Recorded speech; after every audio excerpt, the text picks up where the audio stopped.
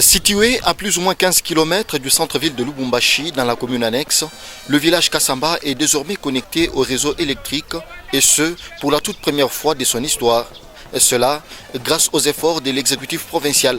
Ce samedi 26 février 2022, le gouverneur de province Jacques Kabula Katoué, qui avait dans sa suite son vice-gouverneur, le commissaire provincial de développement rural et quelques autres membres de son gouvernement et ceux de son cabinet, a mis en service cette cabine dotée d'un transformateur d'une capacité de 250 kVA à même d'alimenter plus de 250 ménages.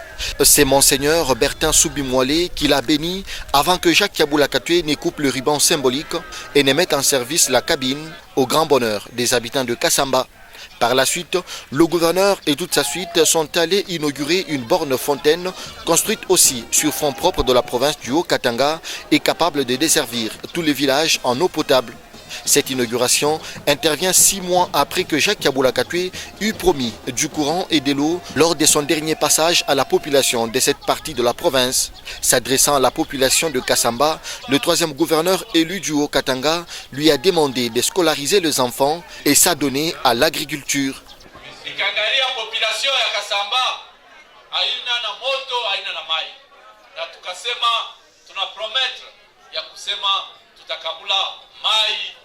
Moto mumukini yetu ya Kasamba. Ina réaliser promesse ya. Aina vile. Bien avant cette inauguration, dans leurs mots des circonstances, le bourgmestre de la commune annexe, le représentant de la population, le directeur général de la Braliment et Monseigneur Benoît Soubimoualé de l'église anglicane ont de vive voix remercier le gouverneur Jacques Kabula Katoué pour avoir aménagé la route qui mène au village Kasamba et les développements qu'il leur a apportés. Tunashukuru sana. Mungu ambariki papa. Miaka na miaka hatukuyuacha sehemu mutakuyaga moto. Leo anakuwa anaweka moto papa. Eske ni mtu wa kuachiria. Mungu abarikiwe na bau baba milele na milele aishi. Hatukuyuache. Ba mingi bana kwa kutupatia mu mapolo. Aba tufanishe kintu meya anakuwa anatupatia moto. Papa, que Dieu lui bénisse, amen. Mwafako sana kwa Kabula bila anatufanishia. Merci, Mungu ambariki. Tunamwona ni papa wa ndani. Mina shukuru Mungu sana. Antuka hii ni pile moya nguvu sana. Mishi yaonaka maisha yangu mimi. Mungu amsaidie aendelee mbele na kazi ile unafanya. Kabula, depuis qu'il a promis sa promesse, toutes ses promesses sont vraiment fondées. En tout cas, c'est l'homme qu'il faut à la place qu'il faut. De toutes les façons, Kasamba, la population a fait que nous aimerions, en allant vers la députation, il sera député au niveau national 2023, 2027, 31 jusqu'au niveau de 2045. Donc nous ne devons pas l'abandonner, absolument pas. Pour dire que voilà, là on découvre quelqu'un, l'homme qu'il faut, un ami qu'il faut, que lorsqu'on est dans des difficultés. Voilà que ça fait très longtemps, aussi longtemps qu'il y avait beaucoup de gouverneurs, il n'y a eu simplement que l'homme qui a accompli sa promesse. Donc nous les bénissons au nom de Jésus, qu'ils vivent à continuité. Étant presque à la fin de leurs vacances parlementaires, les élus du peuple au niveau national ont été voir le chef de l'exécutif provincial Jacques Kabula Katoué pour lui soumettre les problèmes de leurs bases respectives avant le début de la session de mars, comme le dit l'honorable Calix Mukasa Kalemboué à l'issue de cette rencontre. Il était important que nous puissions rencontrer le responsable de l'exécutif provincial pour que nous ayons des échanges sur ce que nous avons vécu, ce que nous avons entendu, ce que nous avons pu récolter de nos électeurs, de nos bases, de manière à ce que les problèmes qu'ils nous ont soumis, nous les avons également relayés auprès de l'exécutif, puisque nous sommes la ceinture entre la base et l'exécutif. Et nous avons donc, chaque député a présenté les problèmes rencontrés, vécus, ainsi que les doléances de la base. Par la suite, le gouverneur de province échangera avec le ministre national des Transports et Voies de Communication, Chérubin Okende, qui est à la fin de sa mission d'itinérance dans le Grand Katanga. Ensemble, ils ont échangé sur l'état des lieux de la construction du port sec de Kasumbalesa et la modernisation de l'aéroport de la Louano. Les services qui relèvent également du secteur de transport, voies de communication et de désenclavement ont retenu l'essentiel de nos préoccupations au cours de cette mission. Donc voilà, nous voudrions bien rentrer à Kinshasa avec une note d'optimisme, qu'il y a volonté manifeste du gouvernement provincial à travailler en synergie avec le gouvernement central. Il y a une coopération étroite qu'il faut resserrer entre le ministère des Transports, voies de communication et des désenclavements au niveau du gouvernement national et le commissariat chargé de transport au niveau du gouvernement provincial. Cher Robin Okende a rassuré le gouverneur de province, Jacques Kabila Katoué, de l'accompagnement du gouvernement central afin de matérialiser la vision du chef de l'État, Félix-Antoine Tshisekedi dans le Haut-Katanga, et a salué la volonté du gouvernement Kabila d'assainir le domaine des transports en province. Le viol comme arme de guerre, c'est autour de ce thème que s'est focalisée la conférence débat animée par le docteur Denis Mukwege dans la salle Chibango de l'université de Lubumbashi. C'était en présence du représentant du gouverneur de province et ministre provincial en charge de l'agriculture et communication, Arce Joseph Kayumba, dans la salle remplie de professeurs, chercheurs et étudiants. Dans son intervention, le recteur de l'université de Lubumbashi, Gilbert Kishiba Fitula, a donné les motivations de cette conférence et a loué par la suite les qualités du réparateur des femmes. Le moment fort était celui de l'exposé du prix Nobel de la paix, Denis Mukwege. Ce dernier a démontré comment il est parvenu à donner la vie aux femmes violées. Denis Mukwege a stigmatisé la continuité de la guerre à la base des violences sexuelles faites aux femmes. Pour traiter une telle question, on a absolument besoin de connaître le problème. Et je crois que pendant très longtemps, c'est un problème qui était complètement ignoré, oublié, ou tout simplement, on refusait d'en parler. Et c'est triste de constater qu'on a beaucoup écrit, mais pour cette partie de l'histoire, on a voulu tout simplement l'omettre puisqu'on considérait que parler du viol, lorsqu'il y a un génocide, on vient tout simplement ternir le tabou. Vous comprenez très bien que c'est un problème qui doit être retenu, puisque c'est un problème que les victimes n'oublient jamais. Pour chuter, les organisateurs ont offert un dîner au prix Nobel de la paix, dîner au cours duquel le ministre provincial de l'Agriculture a pris part dans les installations de l'hôpital CMC. Après une séance de cours académiques, il est dans les coutumes de l'école de guerre de Kinshasa de faire une ronde avec les stagiaires à travers le pays pour leur permettre de concilier la théorie à la pratique. Le gouverneur Jacques Kabila Katoué a reçu ses officiers supérieurs constitués d'encadreurs et de stagiaires conduits par le général de brigade Godefroy Mouland. Ces hommes en uniforme ont échangé avec Jacques Kabila Katoué, entre autres, sur la situation sécuritaire du Haut-Katanga. Les stagiaires qui sont venus ici, ce sont les stagiaires du troisième niveau, qui est le niveau opératif. Ce sont les stagiaires qui sont experts, spécialistes de traiter les questions de défense et sécurité. Et voilà pourquoi ils sont venus palper du doigt les enjeux sécuritaires dans le Haut-Katanga. Parmi ces militaires, un officier français, le colonel Éric de la Chapelle, associé au projet pour parvenir aux résultats attendus. Pour lui, les stagiaires ont les soucis d'apprendre. Voilà, les stagiaires, c'est déjà la deuxième promotion.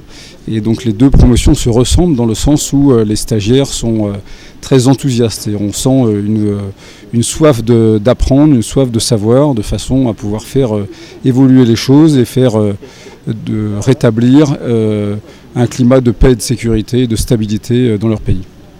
Il s'est de noter que ces stagiaires de niveau 3 font partie de la deuxième promotion de l'école de guerre de Kinshasa.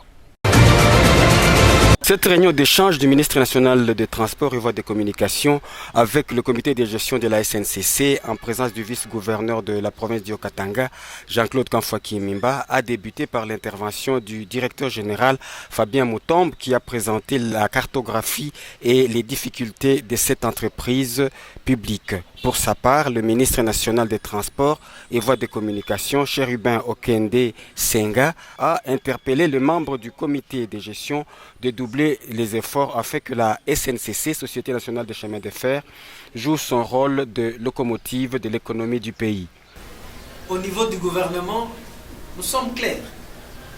Il serait illusoire de penser développer ce pays sans infrastructure de transport, notamment chemin de fer. C'est pour cela que le gouvernement s'emploie à explorer la perspective de partenariat public-privé. Quid, que fait la SNCC pour appréhender cette opportunité afin qu'on arrive réellement à réhabiliter le chemin de fer, relancer les activités, mais actions sur terrain très peu se sont révélées pragmatiques. Nous voudrions tenter une autre expérience de pragmatisme. Qu'est-ce que vous croyez être le chemin critique qui puisse nous amener à faire jouer la SNCC son rôle de locomotive de l'économie nationale? Si vous avez ces ambitions, soyez rassurés que ce sera des ambitions partagées avec l'ensemble du gouvernement et particulièrement avec le ministre des Transports, Voies de Communication et des Désenclavements. Eh bien, Notons que cette réunion a donné au ministre national de Transport l'idée générale sur les difficultés auxquelles est confrontée la SNCC. À son arrivée ici au port sec de Kasumbalesa, le ministre des Transports avec à ses côtés le vice-gouverneur Jean-Claude Kamfwa Kimimba et le commissaire provincial en charge des transports a débuté par la visite des 62 hectares du port sec. 20 sont déjà compactés et une grande partie est menacée par des érosions qui risquent à la longue de toucher les quartiers environnants du site. Selon le directeur provincial des LOGEFREM, l'opérationnalisation du port sec constitue un projet intégrateur de la SADC et va résoudre les problèmes des longues files des tracts qui traînent de part et d'autre avant et après le péage. Dernière étape de la visite de la délégation du patron des transports et voies de communication, le site KBP où Cherubin Okende a reçu des renseignements sur le fonctionnement de ce site, porte d'entrée et de sortie de la RDC vers l'Afrique australe. Cherubin Okende a rassuré après la visite de l'implication du gouvernement central d'assainir le secteur des transports et voies de communication dans la province du Haut-Katanga que dirige Jacques Aboula Katoué. De prime abord, je dois encourager ceux qui sont à l'ouvrage au niveau de ce poste frontière et la qualité de travail, le sérieux qui est aussi imprimé nous permet de les encourager très sincèrement. Rien n'est parfait, mais est-il que le travail qui est en train d'être fait, surtout dans le poste où on venait de nous faire une démonstration même de la surveillance en import et export, je crois que ça mérite l'appui du gouvernement et l'accompagnement du ministère des Transports, Voies de Communication. Avant de quitter Kasumbalesa, toute la délégation du ministre national a visité le bureau de l'EGEFREM Kasumbalesa.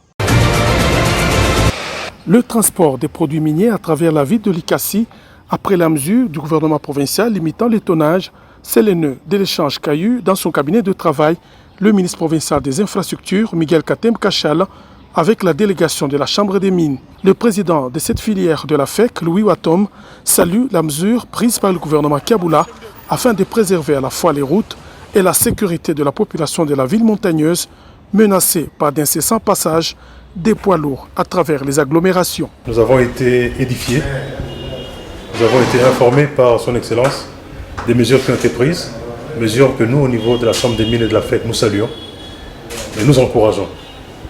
Nous avons également été édifiés du projet de la route de contournement qui va être faite, que nous saluons aussi. En tout cas, je crois que tous ces efforts vont dans le sens de faire un rapprochement des industriels, des transporteurs et de l'État. Et je crois que c'est ce qu'il faut. C'est un bon signal de la part de l'autorité provinciale. C'est un bon signal aussi d'impulsion du plus haut sommet de l'État, de la primature et du chef de l'État, pour que finalement on puisse créer des conditions qui vont permettre à l'industrie minière et aux transporteurs et à tout le monde de donner le meilleur d'eux-mêmes. Pour rappel, le gouvernement provincial du Haut-Katanga a annoncé il y a peu la limitation à 60 tonnes la charge des camions pouvant circuler dans la ville de Likasi. Une mesure prise après la détérioration de plusieurs artères à cause de la surcharge des poids lourds transportant les minerais. Cette concession, située dans les lotissements Kinsever, territoire de Kipushi, groupement Shindaika, appartient aux enseignants de l'Institut Maungezo de la Katouba. Mais ces chevalets de la Craie voient impuissants des constructions de tiers y pousser sans en avoir les explications de la part des services compétents. Pour résoudre ce conflit, Cécile Kalabamouiwa s'y est personnellement rendue avec le chef de division des cadastres et quelques techniciens. Sur place, la commissaire provinciale aux affaires foncières a exprimé son mécontentement au sujet de cette spoliation. Cécile Kalaba a tapé du poing sur la table. Ces maisons doivent disparaître pour permettre à ces chevaliers de la craie d'être remis dans leurs droits. Nous ignorons, nous voulons voir les 8 terrains de ces enseignants. Montre-nous, on ne s'est pas déplacé pour rien. À partir du point de départ, tu avances pour nous montrer là où oui, cette maison, nous, on ignore. Fais comme s'il n'y avait rien ici. Les enseignants, victimes de cette spoliation, sont sortis satisfaits de la rencontre avec ces membres du gouvernement Kaboula en attendant le travail technique sur l'attribution des terrains qui sera fait d'ici au lundi, selon le vœu de la commissaire Cécile Kalaba. Déjà dès demain de se mettre à l'œuvre pour que nous puissions refaire la toiture et remettre les tôles sur le bâtiment. Compromis, les travaux de réfection des dortoirs de la cité des jeunes décoiffés à la suite des pluies torrentielles ont effectivement démarré. 2 mois après, ils affichent un autre visage. L'initiateur des travaux et gouverneur du Haut-Katanga a dépêché sur place son conseiller technique. Eric Sakouye Malukwesa, guidé par le père directeur, a suivi les explications sur le déroulement des travaux dans les moindres détails. La première phase est à son terme. Les bâtiments sont couverts de nouvelles tôles sur une solide charpente. Eric Sakouyema a une idée du rapport à faire à l'autorité provinciale. Et comme vous avez constaté, la toiture est posée, les tôles sont aussi posées. Donc la première phase des travaux est presque terminée. Je suis satisfait et je crois que nous allons faire le rapport au gouverneur pour qu'il vienne voir de visu ce qu'il avait promis, les moyens qu'il a mis et que ça donne des résultats. Pour le père directeur de cette structure d'encadrement de jeunes, par ses travaux, le gouverneur Jacques Kaboula Katoué a honoré sa parole.